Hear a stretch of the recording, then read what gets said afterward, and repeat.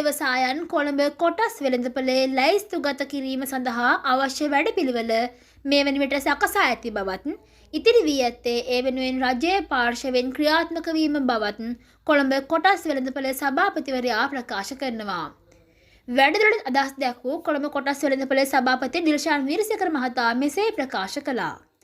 රාජ්‍ය ව්‍යවසායන් ලැයිස්තුගත කිරීම සඳහා වෙනම පෝරුවක් අපි හඳුන්වා දීලා තියෙනවා. රාජ්‍ය බැංකුව තෙල් සංස්ථාව විදුලි මණ්ඩලය වැනි ඕනෑම රාජ්‍ය ව්‍යවසායක් ලැයිස්තුගත කිරීම සඳහා අවශ්‍ය රාමුව මේ වෙනුවට සකස් කරලා තියෙනවා. සමහර සමාගම් මූල්‍ය වාර්තා සැකසීමේදී සහ වාර්තා කිරීමේදී කොටස් වෙළඳපොළ පිළිගත් සම්මතයන් අනුමත කරලා අනුගමනය කරලා නැහැ. ඒවා සමාගමක් ලැයිස්තුගත කිරීමේදී අනුගමනය කරන සාමාන්‍ය සම්ප්‍රදායක්. අපි ඒ සඳහා යම් පරිවර්තනීය කාලයක් ලබා දෙන්න සූදානම්. ඇත්තටම රජය ගන්න තීරණ අනුව තමයි කුමන සමාගම් කොටස් වෙළඳපොළට එනවද කියලා තීරණය වෙන්නේ.